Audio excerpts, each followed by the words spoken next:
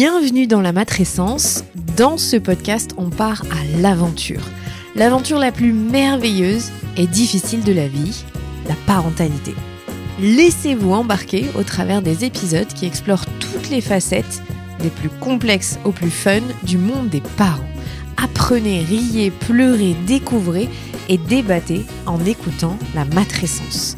Nous avons une mission, vous donner des clés pour vous accompagner à n'importe quelle phase de votre parentalité. Je suis Clémentine Sarlat, votre hôte depuis mars 2019 déjà. Je suis ultra curieuse, très enthousiaste, mais beaucoup trop bordélique. Je suis aussi maman de 3 petites filles qui m'aident à me remettre en question quotidiennement. Et dans une autre vie, j'ai été journaliste sportive à la télé et aujourd'hui, je vous aide à rayonner dans votre parentalité. Abonnez-vous pour ne rien rater. Allez, let's go!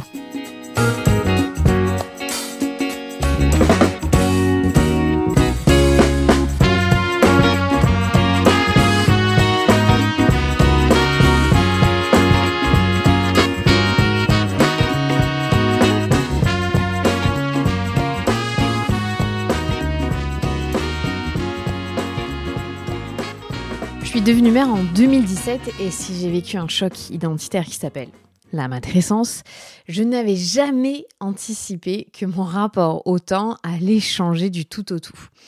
J'avais la naïveté quand même assez incroyable de croire que ma vie n'allait pas évoluer et surtout que ma liberté de choisir mon emploi du temps m'appartiendrait.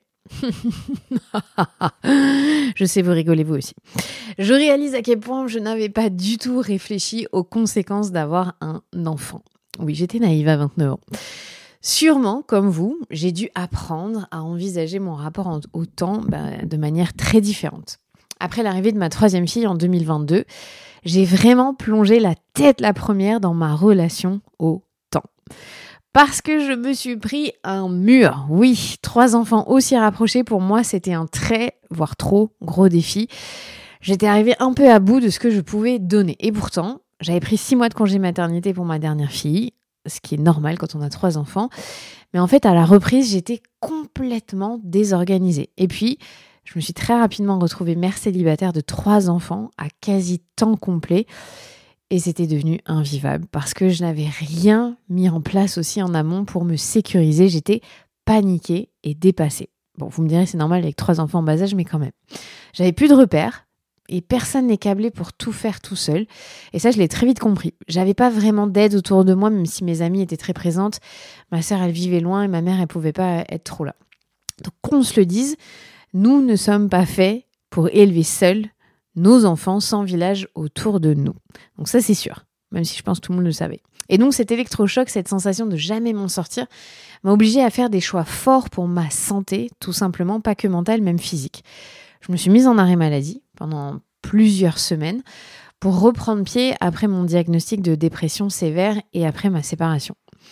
Parce qu'on se le dise, un adulte pour 3 enfants tout petits, c'est pas vraiment idéal. C'est donc à cette période que j'ai dû me poser des questions très importantes pour apprendre à sortir du mode survie. Comme beaucoup d'entre nous, j'ai longtemps pensé que si je courais plus vite, si j'étais partout et nulle part à la fois, j'allais enfin gérer, je mets des guillemets, mon temps. J'avais un peu la mentalité, je me sacrifie, personne ne le voit, j'ai de la colère et je culpabilise parce que je n'y arrive pas. En fait, j'avais en permanence dans ma tête l'idée que j'allais jamais y arriver, que c'était trop, que j'étais épuisée, ça c'était pas dans ma tête, je le ressentais, et que c'était impossible. Et cette anxiété, elle me consumait à petit feu. Je vivais dans la rancœur, dans la peur, dans le stress, et c'est pas une vie de vivre dans cet état d'esprit-là. Peut-être que vous aussi, d'ailleurs, vous avez cette impression de courir partout, de ne jamais rattraper le temps qui vous file entre les doigts, et de culpabiliser en permanence. Moi, en tout cas, je voulais quitter la roue du hamster, et croyez-moi, je suis sûre que vous aussi. Donc en 2023, quand on s'est remis ensemble avec mon mari, après plusieurs mois, très longs mois séparés, j'ai tout repris de zéro. J'étais passée de mère à 90%, puis à 50% pendant quelques mois, puis à temps plein. Et ça m'a demandé des réajustements importants. En fait, j'ai revu mon rapport au temps à ce moment-là en tant que mère de famille et aussi en tant que chef d'entreprise. C'était mon chantier, une des priorités de 2023. Alors concrètement, comment j'ai réussi à changer mon rapport au temps ? La première chose, je me suis fixé des petits objectifs avec l'idée de sortir progressivement la tête de l'eau. Où est-ce que je pouvais être plus efficace? Où est-ce que je pouvais gagner du temps? Bon, clairement, chez moi, c'était les routines du matin. Mine de rien que 3 enfants, c'était dur. Il a donc fallu que j'apprenne à déléguer et à dire non. C'est d'ailleurs une leçon entière dans ma formation d'acquérir cette compétence, ma formation autour du temps. Je me suis autorisée à vivre en dehors de mon foyer. J'y arrivais pas avant, c'est ça qui est fou. Et donc, j'ai changé mon mode de fonctionnement. Plus de sacrifices, non. Moins de culpabilité à vivre ma vie et des règles claires avec mon mari sur notre utilisation de notre temps perso. Je ne voulais plus être la variable d'ajustement de sa vie. Ça a été un vrai deal et très clair dans notre décision de se remettre ensemble. Aujourd'hui, je peux le dire, ce n'est plus le cas. En 2023, c'est aussi l'année où ma dernière fille a commencé à aller à la crèche, 4 jours par semaine, et donc où j'ai pu souffler et avoir à nouveau des journées complètes pour moi. Alléluia, c'était fou, après avoir passé 1 an quasiment avec elle. Alors, je suis normalement une fille très positive de nature, et je me suis donc entraînée à nouveau à voir le temps de manière positive. J'ai eu envie de faire basculer mon curseur.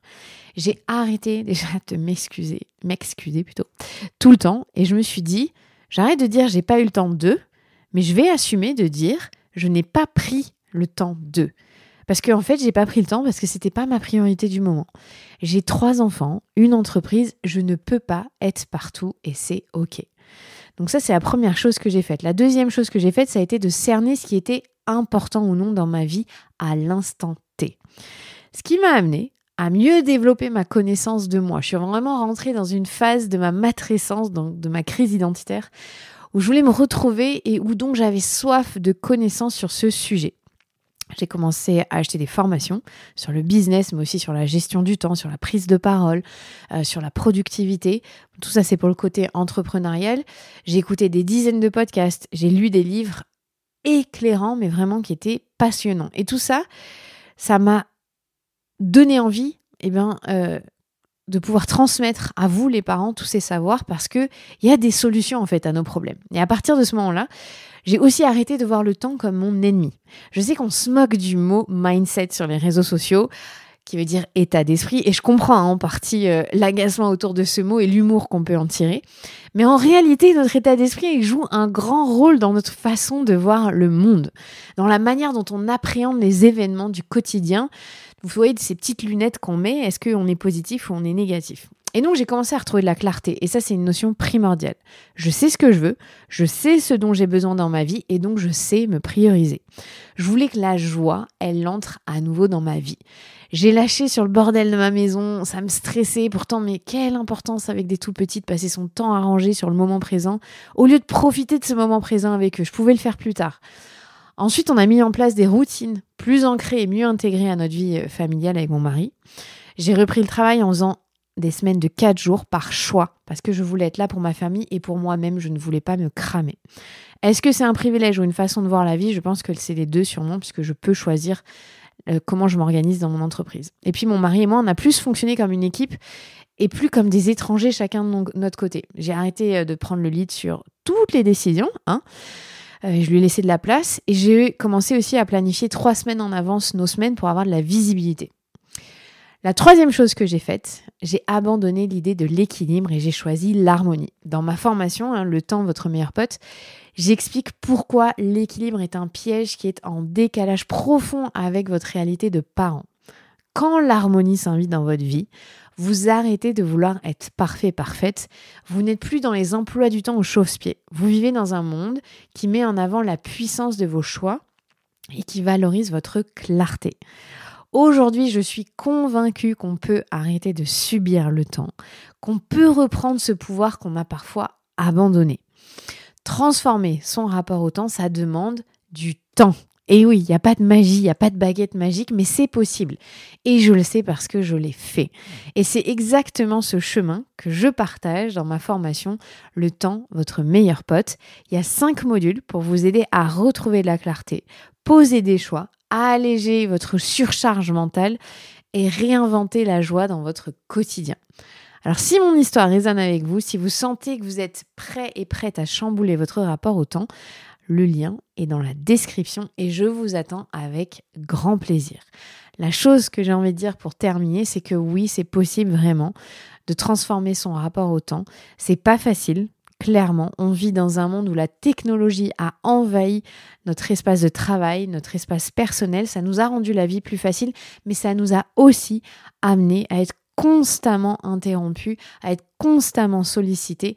Et donc, il faut apprendre à dire non, comme je vous disais, et à mettre des barrières, à se protéger, à protéger son temps. C'est une notion fondamentale de voir le temps comme une notion sacrée, comme une ressource sacrée et non plus quelque chose qu'on gaspille, parce que je sais que vous ne gaspillez pas votre temps, mais que vous donnez peut-être sans réellement prendre conscience que c'est hyper précieux.